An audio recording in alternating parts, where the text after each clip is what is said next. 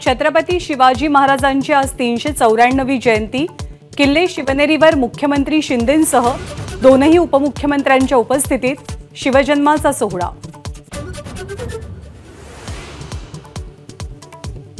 सोलापूरमध्ये शिवजन्मोत्सव, मध्यरात्री 12 वाजता पाळणा सोहळा। तागरा किल्ल्याच्या दिवाने आममध्ये छत्रपती शिवरायांची शौर्यगाथा पुन्हा एकदा गुंजणार।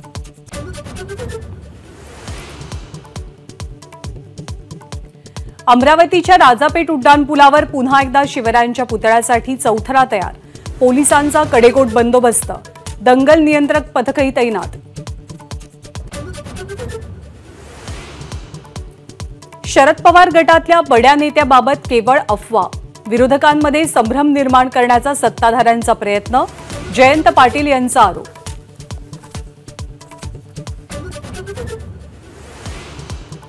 निवडणूक आयोगाविरोधात शरद पवार गटाच्या याचिकेवर आज सुप्रीम कोर्टात सुनावणी। राष्ट्रवादी पक्ष आणि चिन्हाबाबतच्या निर्णयाला आव्हान। मनोज जरांगे यांच्या उपोषणाचा आजचा 10वा दिवस। सगळे सोयरे कायद्याची अंमलबजावणी न झाल्यास 21 तारखेला आंदोलनाची पुढची दिशा निश्चित करणार, जरांगेंचं स्पष्टीकरण। 20 मे 2022 ला एकनाथ शिंदे वर्षा निवासस्थानी रडत आले होते आणि महिन्याभरातच भाजपसोबत गेले। माणूस म्हणून शिंदे अपयशी, मुख्यमंत्री शिंदेंची नक्कल करत आदित्य ठाकरेंचा निशाणा।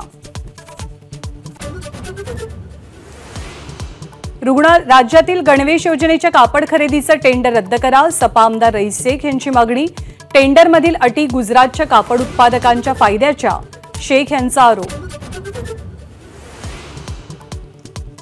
काँग्रेसचे नेते राहुल गांधींची भारत जोडो न्याय यात्रा आज अमेठीमध्ये, तर केंद्रीय मंत्री स्मृती इराणी सुद्धा आजपासून अमेठीच्या दौऱ्यावर।